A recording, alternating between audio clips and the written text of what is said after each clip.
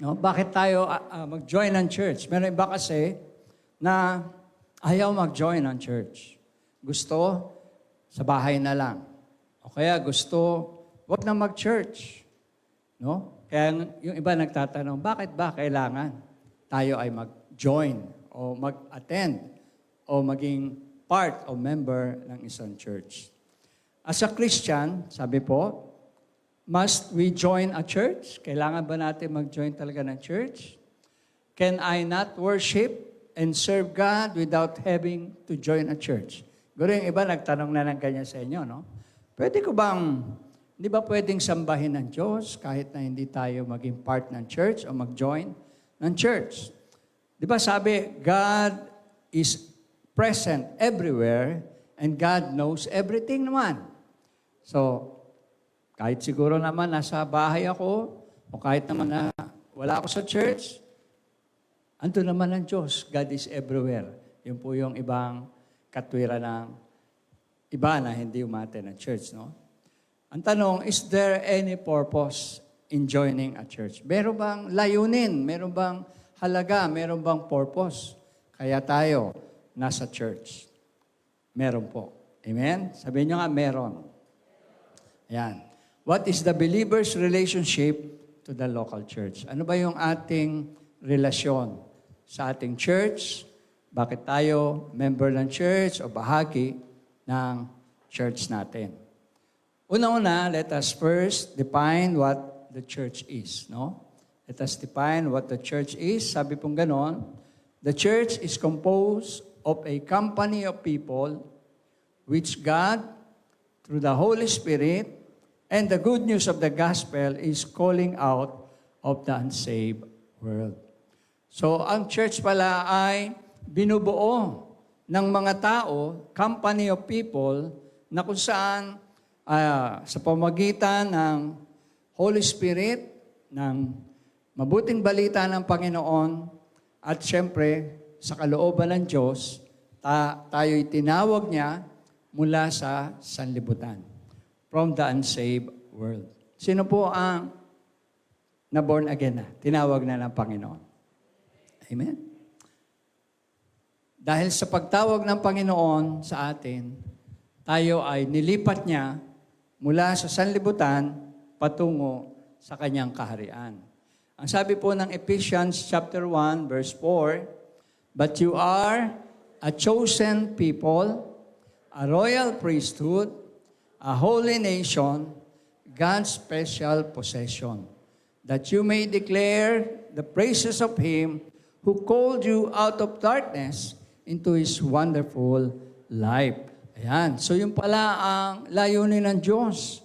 Tinawag tayo mula sa kadiliman, mula sa mundong ito, at nilipat tayo sa liwanag. Nilipat tayo sa kanyang kaharian. At mula noon, tinawag niya tayong chosen people, royal priesthood, and a holy nation, God's special possession. Apat yun na description sa atin bilang mga anak ng Diyos. Andiyan ba kayo? Andiyan ba kayo, mga kapatid?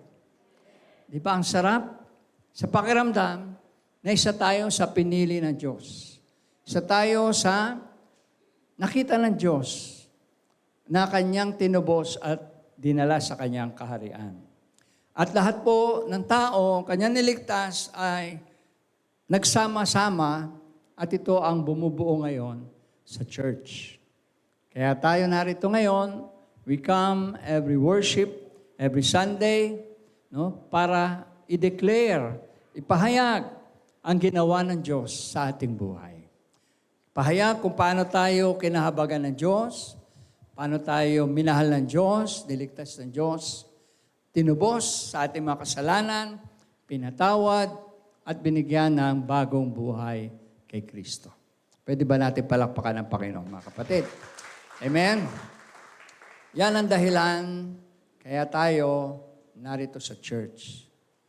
No, merong purpose ang Diyos, meron tayong relationship sa Panginoon, at yung relationship natin yon ay ating pinapakita dito sa church.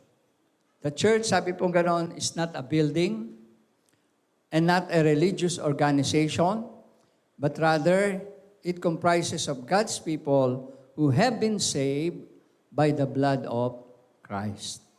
Tayo po ay narito dahil niligtas tayo ng Panginoon. Namatay si Jesus sa krus ng Kalbaryo, inialay niya ang kanyang buhay para tayo na makasalanan ay magkaroon po tayo ng kaligtasan. Sa pamamagitan ng pagsampalataya natin sa Kanya, siya ang ating Messiah, Panginoon, tagapagligtas, at kapag pinahayag natin siya na ating mga labi, tinanggap natin siya sa ating mga puso, at sinusunod natin ang kanyang salita, tayo po, ang sabi ng Book of John 1:12, sa lahat ng tumanggap sa kanya ay pinagkalooban niya ng karapatan na tawaging mga anak ng Diyos. Sabihin nga po natin, mga anak ng Diyos. So ang tawag sa atin, dahil tinanggap natin ang Panginoon, we are called the children of God. Amen po ba? At bilang mga anak, tayo ay pinagsama-sama ng Diyos at narito tayo sa Kanyang tahanan upang siya ay ating purihin, sambahin at dakilain. Magbibigay po ako sa inyo ngayon ng 4 reasons why I should join the church. 4 na dahilan bakit tayo ay dapat kasama sa church o maging member ng isang church. Number 1, sabi po, I belong to the church as an expression of my gratitude. Pwede ba nating ulitin yun? Basahin po. I belong to the church, an expression of my gratitude. Ayan. Tayo ay kabilang sa kanyang iglesia o sa kanyang church. By the way, ang Greek word po ng church ay ekklesia, no? At doon kinuha yung salitang iglesia, no? Na ang ibig sabihin po ay church sa Ingles. Sa Tagalog, katawan ni Kristo, no? The body of Christ. Ayan. So sabi, kaya tayo dapat mapabilang o kabilang sa church dahil ito ay expression of our gratitude. Ito ay kapahayagan ng ating pasasalamat sa Diyos. Kapahayagan ng ating pagtanaw ng utang na loob sa Diyos. Bakit? Anong sabi po ng salita ng Diyos sa Hebrews chapter 12, verse 28? Basahin po natin sabay-sabay. Therefore, since we are receiving a kingdom that cannot be shaken, let us be thankful and so worship God acceptably with reverence and awe. So dahil daw po tinanggap natin ay kaharian ng Diyos na hindi mauuga, cannot be shaken, let us be thankful. Maging mapagpasalamat po tayo. Sino po ang thankful sa umagang ito? Thank you, Lord. Hallelujah. Pasasalamat natin sa Diyos. No? Dahil doon ma-express natin yung thankfulness natin in our worship, sa ating pagsamba. No? And also, with reverence and awe. Merong kasamang paggalang. No? May kasamang pagmangha sa ating Diyos na dakila. Ang sabi po riyan, Christ died for His church, and as a member of His body, tayo po yun, we join with other members to express our gratitude to Him in worship and in service. Hindi lang po tayo nagpupunta every Sunday dito para umupo, kumanta, no, pumalakpak, makinig, and then tapos uwi na tayo. Ito po yung mga dahilan kaya tayo nasa church. We want to express our gratitude to God. Gusto natin pasalamatan ng Diyos. Gusto natin siyang sambahin at paglingkuran dito sa kanyang church. The blessings which have come to each of us through the church in the community, next slide please, and at large are beyond counting. Alam niyo ba na may blessing po kapag tayo ay nasa church o bahagi, kabilang o member ng church? Sabihin mo sa iyong katabi, may blessing tayo. May blessing po tayo. Unang-una, sa Diyos, tinanggap tayo, pinili tayo, di man tayo karapat-dapat, niligtas niya tayo. Minahal niya tayo. Number 1 blessing na yon, no? tayo ay deserving mapunta sa impyerno, pero binigyan tayo ng Diyos ng kaligtasan sa langit. Di ba napakalaking blessing yun? Amen? Hindi po yan kayang bilhin ng anumang kayamanan o salapi. Ang blessing na yan. What else? There are many blessings that come to each of us through the church in our community and at large. Ano po yan? For instance, sabi ganyan, it was a local church which, number 1, or letter A, basahin nga po natin, sent out first missionaries. Ang church po, ang unang-una nagpadala ng mga misyonero. At ang mga misyonero ay hanggang ngayon, ipinapadala pa po sa iba't ibang dako ng mundo para ipahayag ang mabuting balita na ating Panginoong Hesukristo. No? Ang church ang nagsisend out ng missionaries, nagpapadala, nagkokomisyon. Alam niyo ba na kaya po tayo may church kayo? Dahil ako po ay sinent out ni Bishop Ray Llarena, no? Spiritual father ko. Doon po sa Broadway kami dati.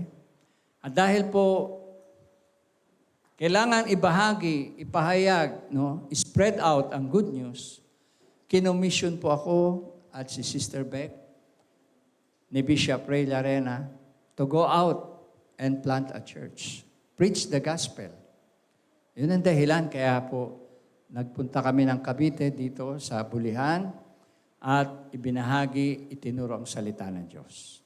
Yun din ang nangyari nung akin pong pinadala si Pastor Yap doon sa Mindoro upang magsimula ng gawain.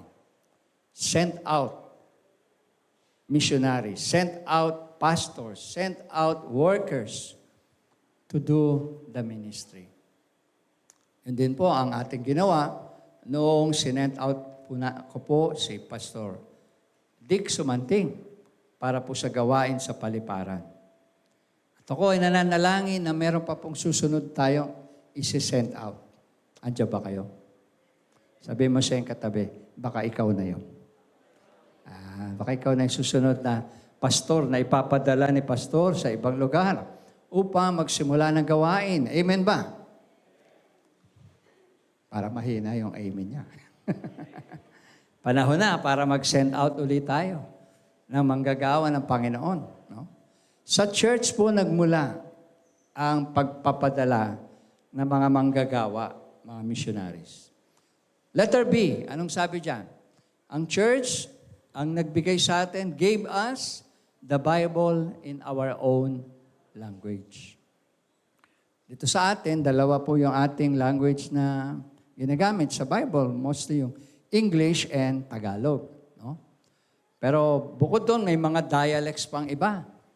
May mga Bible nasa language ng dialect ng Bicol, no? Ng Ilocano, ng Kapampangan, ng Bisaya. Dahil po sa church, kaya po yan na-translate, kaya po yan lagay sa sarili nating salita. Because the church gave us the Bible in our own language. Ano pa? Letter C. The church fought for the sound doctrine and brought the faith down to our generation. Ang church po ang nag-ingat sa tamang doktrina, sa doktrina ng Biblia upang ito'y makarating sa ating henerasyon, sa ating panahon. No? Imagine ninyo, kung ilang centuries na, ilang siglo na ang lumipas. Pero ang Bible, ang salita ng Diyos, ang tungkol sa Panginoong Jesus, ay alam natin, natutunan natin sa ating panahon. Di ba? We are blessed because isa yon sa mission ng church to propagate the gospel, to share the love of Jesus to others. At sisiguruduhin ko po sa inyo, kahit mawala na tayong lahat sa mundong ito, magpapatuloy po ang pagbabahagi ng salita ng Diyos dahil may mga church. Amen po ba?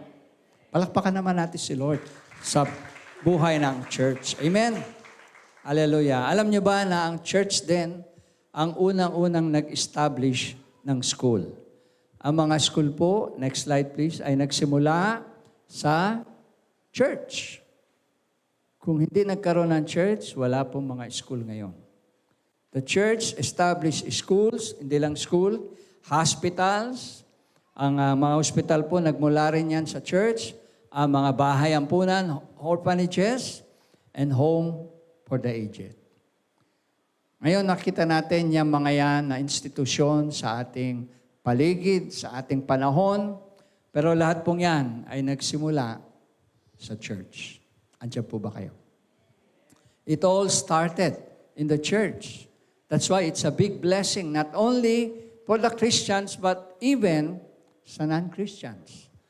Dahil po sa church na establish yung schools, hospitals, orphanages, and home for the aged.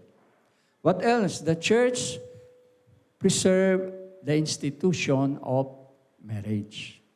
Ang church po ang nagpanatili sa institusyon ng pag-aasawa. No? Bagaman tayo ngayon ay nasa moderno ng panahon, no? Marami na po ang liberated, marami na po yung mga hindi naniniwala sa kasal, marami na po yung okay lang, mag-live-in na lang, pero ang church, preserve po niya ang institution of marriage. Di ba blessing po yun? Hello? Lalo na sa mga mag-asawa. Diyan ba kayo mga may asawa? Ay, mahina. Andiyan ba kayo mga couples? Amen. Yan ay blessing mula sa church. And letter F, ang sabi dyan, and through the witness of the church, most of us were led to a saving knowledge of our Lord Jesus Christ. Kaya po tayo naligtas. Dahil merong church, merong Christian na nag-share sa atin ng mabuting balita na ating Panginoong Yesus. Amen po ba? Palakpakan natin muli si Lord. Amen. This is the reason, first reason, kaya we are going to join the church or be a member of the church because of our expression of gratitude. Second, sabi po, I belong to a church as a confession of my faith. Sabihin natin, confession of my faith. Ayan, kapahayagan ng ating pananampalataya. 1 John 4:12, basahin po natin sabay-sabay. No one has ever seen God, but if we love one another, God lives in us, and His love is made complete in us. Ayan, no? Sabi po, faith is not seen. Hindi nga naman makikita ang faith, no? When it is not practiced. Kapag hindi mo pinakita o ginawa o in-apply yung faith mo, wala itong kabuluhan. Sabi nga, faith without action is dead. Patay. Kung puro lang tayo salita at walang gawa, hindi natin pinapakita yung pananampalataya natin, wala po itong kabuluhan. So how can we interest others in Christ if we say we have faith but refuse to fellowship with others of like faith? So hindi po magiging effective tayong Christian kung sasabihin natin, ay may faith ako kay Lord, pero hindi ako nag-a-attend ng church. May faith ako kay Lord, pero hindi ako sumasali sa mga worship services. Loner kasi ako eh. Ako ay, gusto ko lagi ako nag-iisa. Yan. Hindi po pwede po yun. Na maging tayo, Christian na Lone Ranger. Amen ba? Kailangan kung tayo ay nakaranas ng salvation ng Panginoon, makikisama tayo doon sa mga nakaranas din na kagaya natin. Makikita yung faith natin kapag tayo po ay nag-join sa body of believers. Sabi po, our faith rests on the Christ who died for His church. Tandaan natin, ang church ay isa sa mga dahilan bakit po si Kristo, ang ating Panginoon, ay namatay sa krus ng Kalbaryo. That's why to reject the church is to contradict our profession of faith. Kaya kapag ikaw ay may faith kay Lord, matik yun dapat bahagi ka sa church. Kasama ka ng church. You are a member of a church. Kasi ang church is the body of Christ. And if you claim to be part of the body of Christ, if you claim to be a Christian, you should be joining a church. Amen po ba? Hello? Ayan, sabi po dyan, the church is the community, or the church in the community is placed there by God to serve and witness to that community. Ayan, tayo po, like for example, mismo tayo dito, we are a community church. Nasa gitna po tayo ng komunidad. Barangay, ano tayo? Banaba. No? We are in the barangay Banaba. Dati nandun tayo sa Phase 5. Anong barangay yung Phase 5? Nara. See? Nakarating na rin tayo ng Phase 1. Yung nagsisimula tayo, nasa Phase 1 tayo. Anong barangay naman yung Phase 1? Acacia. So, sa loob ng 35 years natin as a church, nakatatlong barangay na po tayo. Meaning, marami na tayong community napuntahan. Marami na rin tayong na paglingkuran na community. No? We have served before, nag-medical mission tayo doon sa Phase 5. No? Dito, nag-medical mission tayo. What else? Nagtuturo tayo sa barangay ng mga bata. Just last May, nag-conduct tayo ng enhancement para sa mga bata. No? At in the future, meron pa rin tayong pwedeng gawin na mga community service as a church. By the way, i-announce ko na rin ngayon, for your information, na ang women's ministry kakaroon po ng anniversary celebration sa August 30. That is last Saturday of this month. At ang kanila pong celebration ay magiging community service. Free medical check-up uli sa mga mai-invite na mga women's on that day. Kaya, palakpakan naman natin si Lord. Continuous na pagiging part ng community natin is to serve and to witness for Christ in our community. Now, sabi ganun, there are three main ways by which we can witness for Christ. Number one, basahin po natin sabay-sabay. By confessing Christ through baptism. Ayan. So, ito po ay mahalaga, no? Once we became a Christian, ang unang-una po natin pwedeng patotoo na tayo ay converted na into the faith of Christ is yung water baptism. At in-encourage natin, kung hindi pa po kayo na baptize in water, we can do a water baptism event. No? Yung mga leaders ng ministry, for example, sa youth, alamin nyo kung sino yung mga hindi pa baptize at gusto magpabaptize. Sa congregation, pwede rin po na kung kayo ay interested na magpabaptize, sino ba pwede natin lapitan? Siguro si Brother Wilson. Lapit kay Brother Wilson, ibigay nyo lang yung pangalan nyo. At pagka po tayo nakapag, siguro, lista na ng mga ilan, pwede na nating iplano yung ating water baptism. Kasi by water baptism, we are confessing our faith in Christ. Ito po ang public confession ng ating faith. Ibig sabihin, pagka tinanggap mo na si Kristo sa buhay mo, at ikaw ay binago na ng Diyos, na born again ka na, ang kasunod po noon ay ite-testify natin si Lord. Papatotoo natin. At ang number one na magandang patotoo is yung water baptism. Because water baptism is the public confession of our faith. Ayan, no? At yun din naman ang unang commandment ng Panginoon sa atin. Sa Matthew 28, 19-20, nung bago umakyat ang Panginoong Yesus, inutusan niya mga alagad na ibahagi ang salita ng Diyos sa lahat ng sulok ng daigdig at lahat ng sasampalataya ay babautismuhan sa pangalan ng Ama, ng Anak, at ng Espiritu Santo. Kaya kung kayo ay matagal ng Christian o bagong Christian at hindi pa kayo nababaptize sa tubig, ine-encourage ko po kayo to be baptized in water. No? Though hindi ito nagliligtas ng ating kaluluwa, pero ito ay nagpapatunay na tayo ngayon ay tagasunod na ng Panginoong Hesukristo. No? It is a symbol of our new life in Christ. Kaya po, yan. Kung kayo hindi pa nabaptize, I recommend na kayo po ay mabaptize. So by confessing Christ through baptism, number one, main way natin para maging witness for Christ. Number two, basahin po natin, by confessing Christ with our mouth. By confessing Christ with our mouth.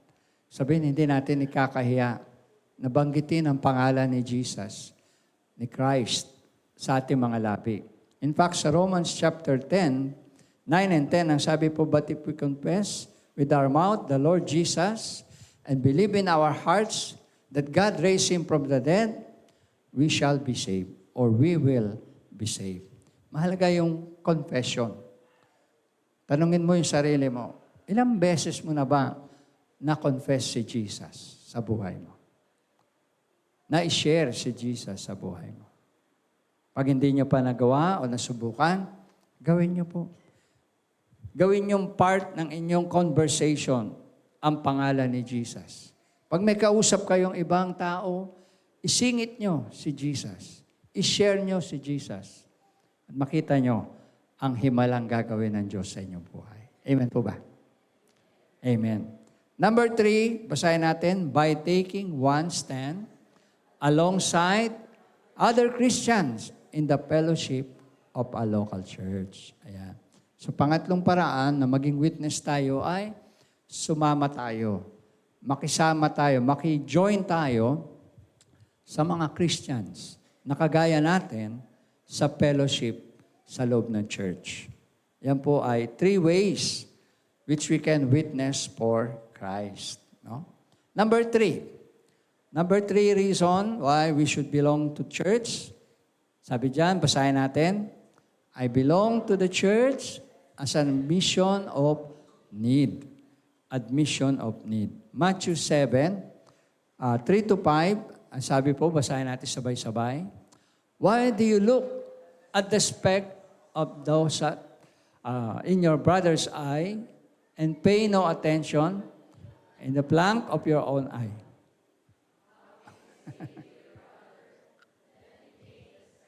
Out of your eye, when all the time there is a plank in your own eye. You hypocrite, first take the plank out of your own eye, and then see clearly to remove the speck from your brother's eye. Yan po, no? Yan po yung sinasabi na minsan,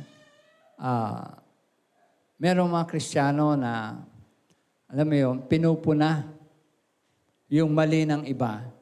No, sabi dyan, yung puwing ng iba, tinitignan, pero yung pala may mga malaking plank, ano sabi dyan? Merong plank in your own eye. Malaking kahoy na nakaharang sa iyong mata. Bago mo daw punahin yung iba, tignan mo muna yung iyong sarili. Now, when it comes to church, ito po minsan yung attitude ng mga tao. Some think they are too good for the church. Merong iba na sasabihin nila, I'm too good for the church. Hindi ko na kailangan mag-attend ng church. Mabait na ako. Mabuting tao na ako. Yung mga umaten sa church, mas masahol pa kaysa sa akin. Bakit ako attend ng church? Yan, may mga ganun pong tao na nag-iisip ng ganun.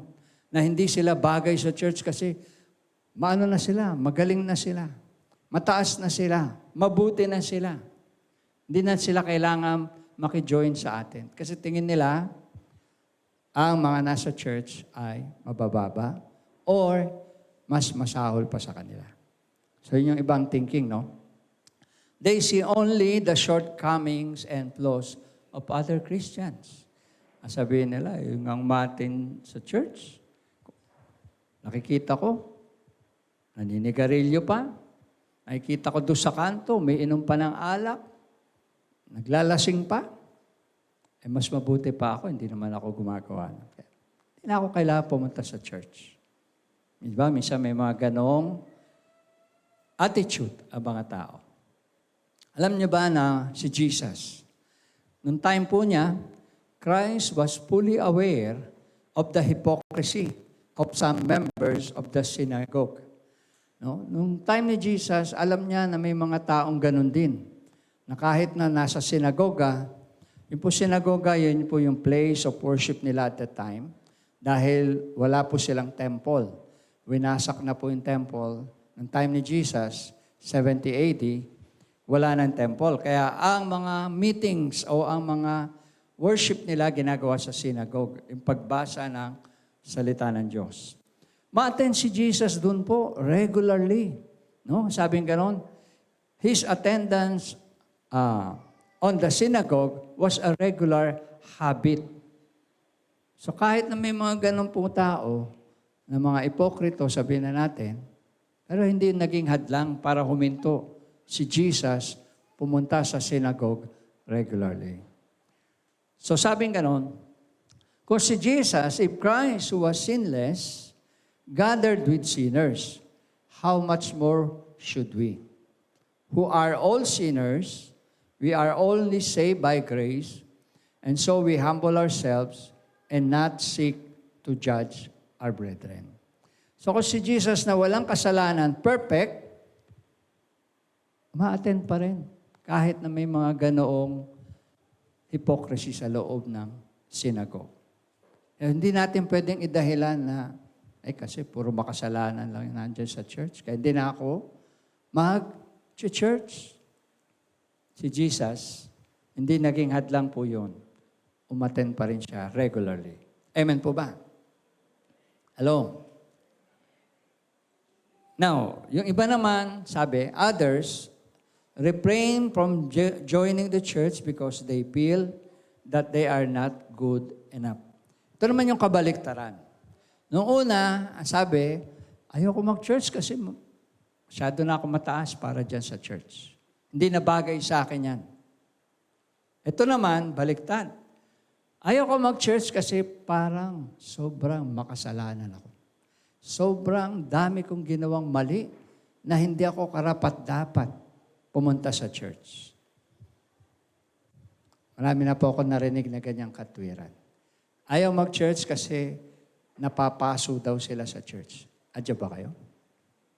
Hello? Pastor, ayaw ko pumunta kasi parang pakiramdam ko pag nandun, napapaso ako. Parang mainit, parang hindi ako mapakali. Andiyan ba kayo, mga kapatid? Hello? Bakit tahimik? Diba? Minsan, ganun ang katwiran ng tao.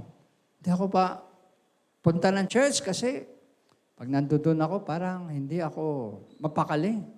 Parang lahat na lang yata sinasabi ni Pastor, puro patama sa akin. Hello, andiyan ba kayo? Pagka po nagpipreach ang pastor, hindi lang ako, kahit sinong pastor, tandaan niyo po, hindi po yan nagpipreach ng personal. Ang Word of God po ay in general para sa ating lahat. Pati sa pastor, pati sa mga nakikinig. Amen po ba? Ang mahalaga, bukas tayo sa salita ng Diyos. Ang mahalaga, tanggapin natin ang salita ng Diyos. Manampalataya tayo sa salita ng Diyos. At kung meron pong tinamaan sa atin, mingi tayo ng tawad sa Diyos. Amen po ba? 1 John 1:9, if we confess our sins to God, He is faithful and just to forgive us and to cleanse us from all our unrighteousness. Kaya kung tayo nagkamali, nagkasala, lalo tayong dapat pumunta sa church. Lalo tayong dapat na mag-attend ng church at maging member ng church. Kasi dito tayo makakahingi ng forgiveness sa Panginoon. Dito rin sa church, mare-restore ang ating relationship sa Diyos. Amen po ba? Pansinin nyo, yung mga taong guilty at lumalayo sa church, lalong lumalala yung kanilang kalagayan. Lalo pa silang napapalayo sa Diyos. lalo pa silang napapariwara. Kasi ayaw nilang lumapit sa Diyos at sa church. Amen po ba? Andiyan ba kayo? Kaya may mahalaga po, importante ang pag-attend sa church. So sabi niyan, they hold the false belief that no one must reach a certain stage of perfection or that one must receive a certain stage of perfection and maturity before being eligible to join a church. Naisip nila, kailangan maging perfect muna sila. Kailangan mawala muna yung lahat ng kasalanan nila bago sila pupunta sa church. Meron akong balita, mga kapatid. Hindi mangyayari yon na mawawala ang kasalanan natin kung hindi tayo lalapit sa Diyos at hingin ng tawad at lalapit sa church. Amen po ba? Yun ang paraan para tayo ay maging maayos ang relasyon sa harap ng Diyos. Sabi po, I joined the church not because I am mature Christian or perfect or that I have in any way earned my admission. I joined the church because I need, sabihin nga natin, I need the fellowship of believers. Ayan, kaya tayo ma-attend, kaya tayo part ng church because we need the fellowship of believers. Ang bawat isa sa atin, kailangan natin ng isa't isa. Kailangan natin ang presensya ng bawat isa. Bakit? Sabi po, I am weak and in need of strength. Minsan tayo po ay mahina at kailangan natin ng kalakasan. We are ignorant and hungering for the knowledge of the Word. We are lonely and longing for the fellowship of people with like interests and problems. Yan po tayo. Amen? Kaya tayo nag-join ng church. Kasi hindi pa tayo perfect. Kasi po, we are weak. We need strength. And we find strength with other brothers and sisters. Ang naghihina tayo, alam nyo, makita natin yung kapatid natin. Matapik tayo, mayakap tayo, mabati tayo, makumusta tayo, maipag-pray tayo, no? Katabi natin, nag-worship. May epekto po yan sa ating katauhan. May epekto po yan sa ating pagiging Kristiyano. Uuwi tayo na mayroong encouragement. Amen po ba? Merong tinanggap na lakas, na kalakasan, no? Na strength mula sa Panginoon. And besides that, maganda na sama-sama tayo habang pinag-aaralan natin, pinapakinggan natin ang salita ng Diyos. Sabing ganon, all of this I find as I pray, as I walk, as I worship, and work together with other Christians in my local church. Kaya para joining a church is a public admission of need. Kaya tayo nagjo-join kasi kinikilala po natin, meron tayong pangailangan sa buhay natin. Hindi tayo perfecto, hindi tayo magaling, hindi natin kayang iligtas ang ating sarili, pero kapag tayo nasa loob ng church, merong pagtutulungan, merong pagpapalakasan, merong pagtataas sa bawat isa, upliftment. Amen po ba? At higit sa lahat, meron tayong joy in the Lord kapag kasama natin ang mga kapatid natin. Pwede ba natin palakpakan si Lord? Hallelujah. Hallelujah. Ikaapat, fourth reason why we need to belong to the church is sabi niyan, I belong to the church as a dedication to a task. Kaya po tayo nasa church dahil meron po tayong task at kailangan natin ng dedication. 1 Corinthians 12:27 to 28, basahin po natin sabay-sabay. Now, you are the body of Christ, and each one of you is part of it. And God has placed in the church, first of all, apostles, second, prophets, third, teachers, then miracles, then gifts of healing, of helping, of guidance, and of different kinds of tongues. Ayan. Sabi po dyan, ngayon tayo ay bahagi na ng katawan ni Kristo. Bilang bahagi ng katawan ni Kristo, mayroon pong gamit ang bawat isa. May mga function and purpose ang bawat isa. Sabi dyan, some are apostle, prophets, teachers, and miracles, and with gifts of healing, helping, of guidance, and of different kinds of tongues. So sa body of Christ po, may mga gifts and talents binigay ang Diyos. Nakikita nyo, hindi lang po ako tumatayo dito. May mga tumatayo dito na nag-share. Meron po gift of teaching, ang tawag dyan. No? May mga nagli-lead sa atin sa worship. May mga gifts sila sa music. May mga tumatayo dyan, bumabati sa inyo. Meron silang gift of serving. May mga nasa ministry. Usually, ang mga nasa ministry, sila na po yung involved sa church. Bahagi na ng church. No, nandiyan na, nagbibigay na sila ng extra time, extra effort, no, para sa paglilingkod sa Panginoon.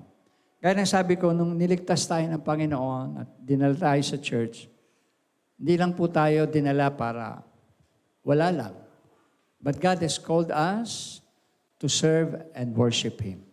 Of course, yung worship, natural na yun, ginagawa natin every Sunday. But our service, matatawag po ba nating service yung nakaupo lang tayo ng 2 oras? Di ba hindi? Pwede natin ang tawagin worship. Pero yung service, meaning magbibigay tayo ng paglilingkod. Sa paglilingkod, kasama po natin yung sacrifice natin yung oras, yung ating talent, at minsan, yung ating bulsa. Time, treasure, and talent. Yan po ang paglilingkod natin sa Panginoon. Bahagi ng tawag ng Diyos yan sa atin as a church. Now, ang church mayroong task. No? Sabi nga ganun, the task of making Christ known is an endless one. Hindi po natatapos yung pag-share tungkol sa Panginoon. At sabi, it is beyond the ability of a single person. For it involves the training and sending of workers. It involves the witnessing for Christ. It involves establishment of new congregations. It involves administration and leadership. Na po? At hindi kaya ng isang tao po yan. No one person can do all these tasks. To each of us is given a small part of the great program. Now, as the church grow, nagkakaroon po tayo ng part sa loob ng church. Kapag ang church po ay nagsisimula pa lang, ang tawag dyan ay pioneering stage. No? At ako at ang aking misis, late wife, Sister Beck, nag-pioneer po kami way back 35 years ago. At kapag pioneering po, lahat ginagawa ng pastor. Lahat ang pastor ang gumagawa. Pero habang kakaroon na ng church growth, lumalago na ang church, doon na nagkakaroon ng involvement ang mga members. At doon po nagkakaroon ng part ang bawat isa. At nagiging leaders na. No, kasi tinetrain ng pastor ang mga leaders. At ang mga leaders ay nagwe-welcome ng mga workers na gusto maging part ng ministry. So, ito po ang ginagawa sa loob ng church. Training and sending of workers, witnessing for Christ, no? Establishing new congregation, administration, and leadership. Kaya sa church, marami po ang ginagawa natin. Hindi lang yung pag-Sunday na nakaupo lang tayo rito. Attend tayo at uuwi na, tapos na.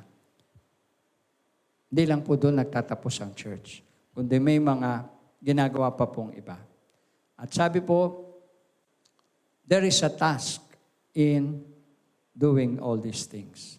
No, kaya kung itutuloy natin, sabi po, andun pa, next slide, what are the others? Meron pong teaching, but a few. No? Andiyan ang ministry nga ng teaching, discipleship, no?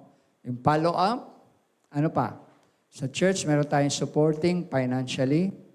Alam naman natin na kung hindi po tayo susuporta financially, hindi po uusad ang ating ministry, ang ating church. So kinakailangan na bukod sa support natin, morally and physically, we also support financially. Ang sabi diyan, praying daily. Ayan, part pa rin ng pagiging member natin sa church. What else? Giving, ano pa?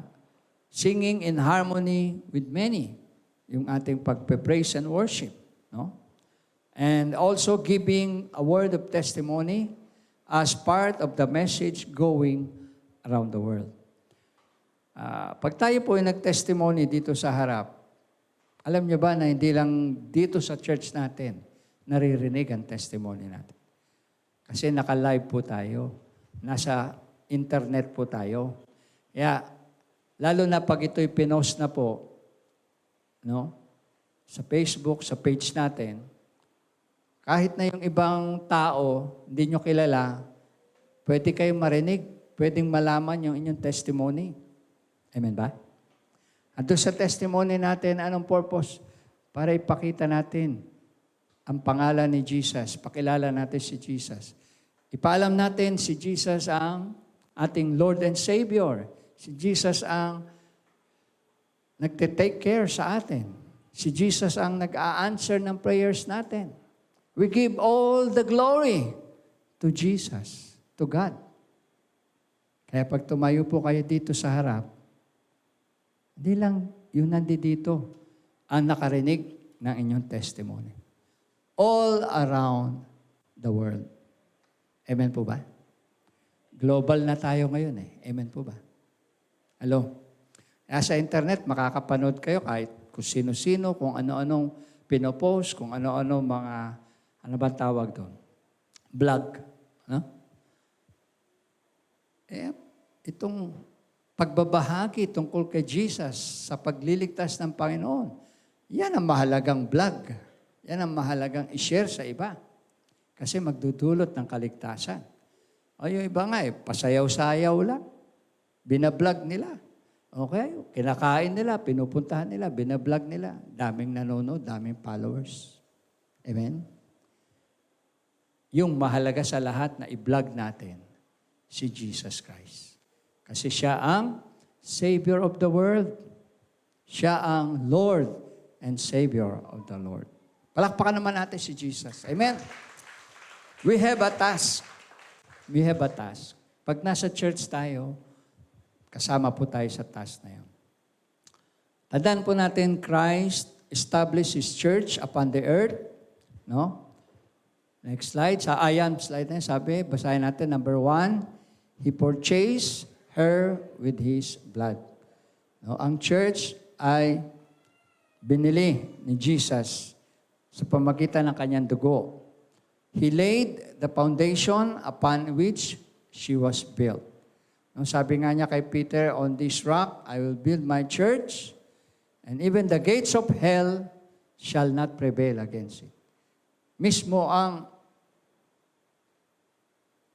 impyerno hindi kayang sirain ang iglesia. Amen ba kayo doon? Hello? Jesus has appointed her ordinances, established her leadership through gifts from above. And then sabi diyan, and He has watched over His church through the centuries. And tandaan po natin, daming panahon na. Pero ang church nag-exist pa rin hanggang ngayon. Sabi pong ganun, the church is not a gallery for the exhibition, next slide, of eminent Christians. Hindi po tayo gallery na mga magagaling at mga tanyag na Christians. But the church is a school for education of the imperfect. Dito tayo natututo, dito tayo tinuturuan, kasi hindi po tayo perfect. It is a church, or a church is a nursery for the care of the weak. Para po tayong nursery home na kung saan ang mga kahinaan natin ay dito inaalagaan. Ang church po is a hospital for the healing of the wounded. Ang mga nasaktan, ang mga inapi, ang mga may mga sugat sa puso, sugat sa buhay, dito po pinapagaling sa loob ng church. Amen po ba? Kasi andito ang great healer natin, si Jesus. Amen po ba? The church, sabi po, is the only visible expression of the invisible body of Christ. To ignore the church is to ignore the apple of His eye. Kaya mahalaga, bigyan natin ng importansya ang church sa ating buhay. Now, ang next slide po natin ay with regards to our particular congregation sa ating church. No? Ito naman po yung mga ilang paalala lang, reminders, as a church member, church leaders, and church workers. Number 1 po, yan sabi, basahin natin pula sabay-sabay. Responsibilities and duties, workers and members. So, ang tanong, meron ba mga leaders dito ngayon? Taas sa kamay. Amen. Meron ba mga workers ngayon sa church? Oh, may 3. Meron ba mga members ng church? Amen. Yeah, marami. So, ito po yung mga paalala sa atin, reminders. Number 1, ministry leaders. Basahin natin, sabay-sabay. Next slide.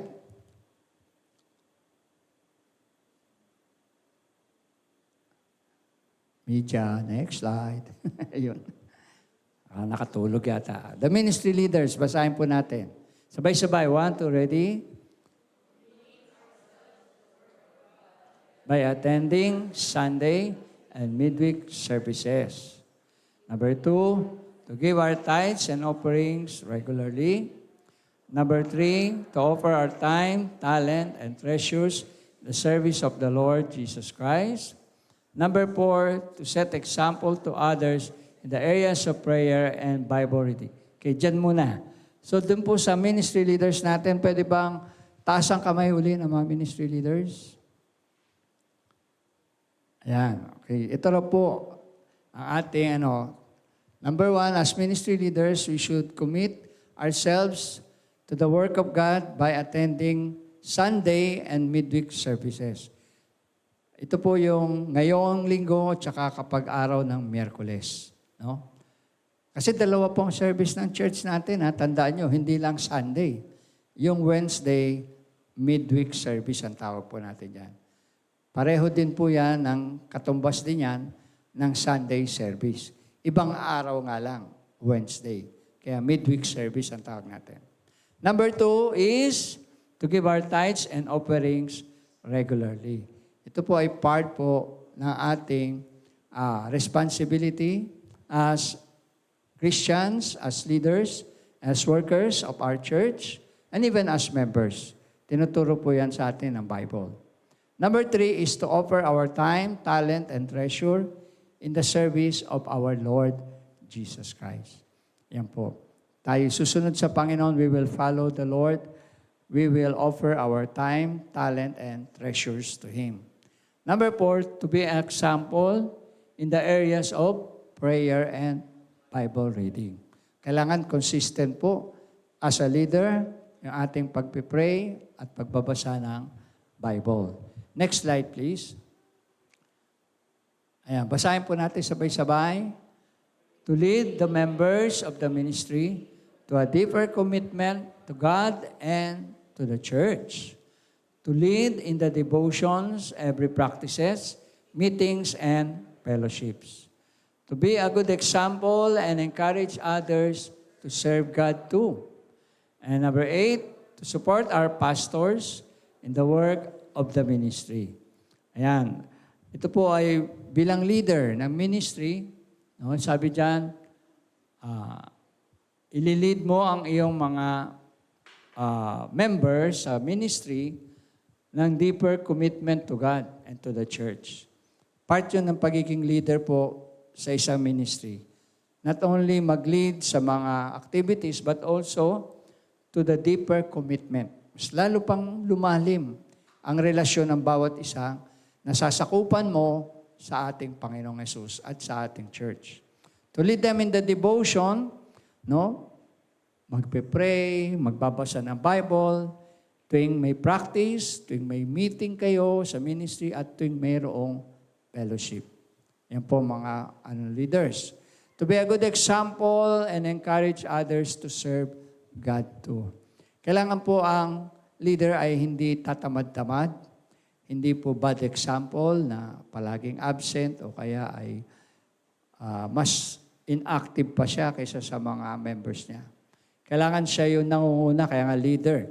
Good example at nag-encourage sa iba na magpatuloy sa ministry. Number 8, to support our pastors in the works of the ministry.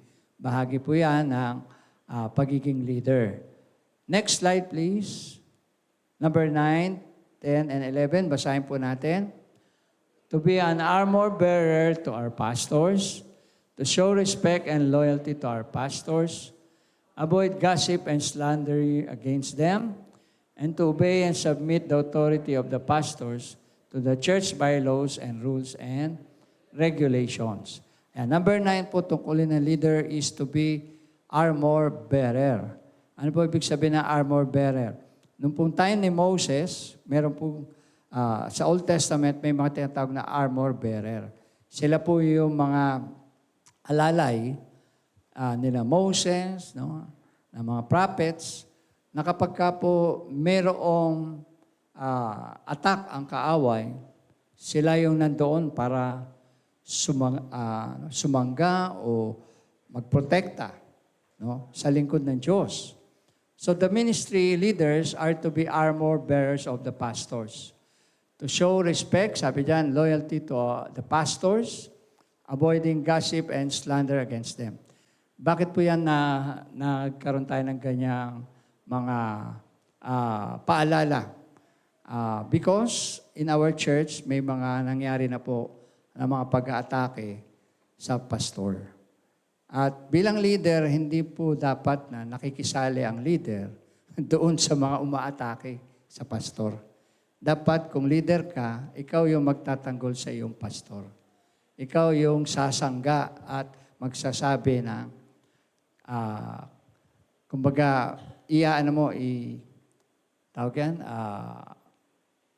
a-avoid mo, no, na magkalat pa, spread out pa yung gossip o slander against your pastor. Andiyan ba kayo? Amen. And to obey and submit to the authority of the pastor and to the church rules, bylaw, and regulations. Ministry leaders po yan, no? Take note. Next natin is church workers and members. So, sino po ulit church workers? Taas sa kamay.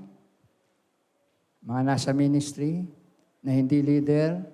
Nasa youth ministry kayo, nasa YA kayo, men's, women's, children's, workers po ang tawag natin dyan. Now, members. Sinong mga members? Yung nasa congregation. Hello? Kayo po yun, taas yung kamay nyo. Ayan. So, basahin po natin. Paalala sa atin as church workers and members. Number 1, to commit ourselves to the work of God by attending Sunday and midweek services. Number 2, to give our tithes and offerings regularly.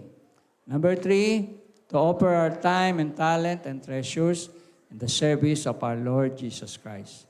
Number 4, to support our pastors in the works of the ministry. Pansinin niyo po, yung 4 na yan ay kapareho doon sa leaders din, no? So meaning leaders, workers, and members, pare-pareho po dyan sa 4 na yan. Next slide, please. Sabi po, number 5 to 7, to be an armor bearer of our pastors, same kanina, to show respect and loyalty to our pastors, avoiding gossip and slander against them, to obey and submit to the authority of Basa po, basa. Hello? Number 7. Ayun.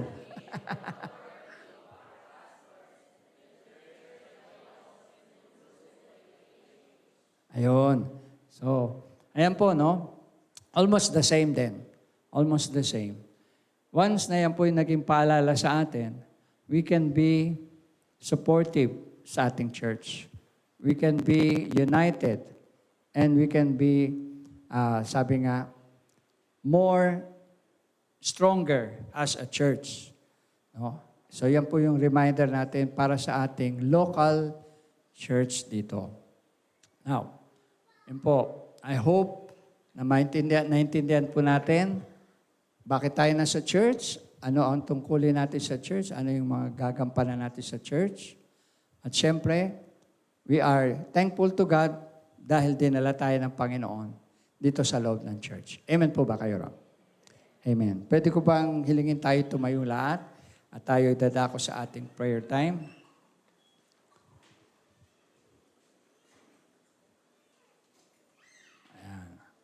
Habang umakyat po ang ating worship team, tayo po ay yumukot po at tayo ay pumikit.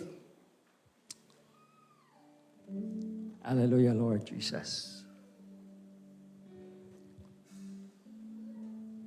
Praise you, God. We praise you, Jesus. Father God, we thank you, Lord. Kami po ay pinili mo. We thank you for choosing us, Lord, and saving us, and bringing us together in your church, in the body of Christ.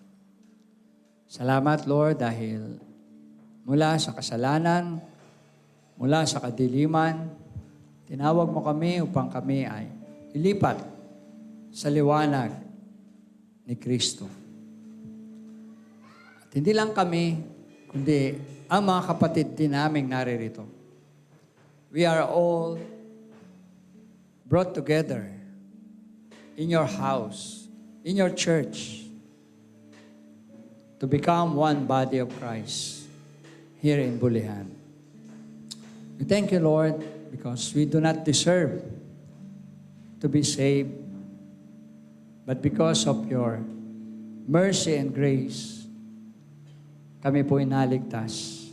Kami po'y pinili mo. Bago pa man lalangin ang mundo, tinawag mo na kami, Lord. Sa umagang ito, naunawaan po namin ang purpose, layunin, kung bakit kami nasa loob ng church, kung bakit kami member ng church, at kung ano po ang mga task namin na dapat gampanan bilang members ng iyong church. I pray, Lord, na ang Holy Spirit mo po ang magpaunawa sa amin ng aming pinag-aralan na lubos namin maintindihan ang iyong mensahe sa umagang ito. Ikaw po ang magturo sa amin, magbigay ng wisdom, understanding. Dalangin namin, Lord, na through your wisdom and through your Holy Spirit, ay aming Panginoong matanggap ang iyong salita na may kagalakan sa puso. At pagpalain mo po ito, madagdag ang aming kaalaman sa iyo at sa iyong salita, at lalo pa kami mag-grow sa aming faith sa iyo, Lord.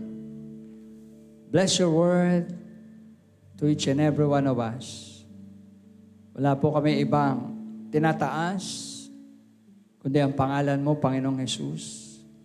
Wala po kaming ibang kinikilala at pinapasalamatan, kundi ikaw lang, Panginoong Jesus.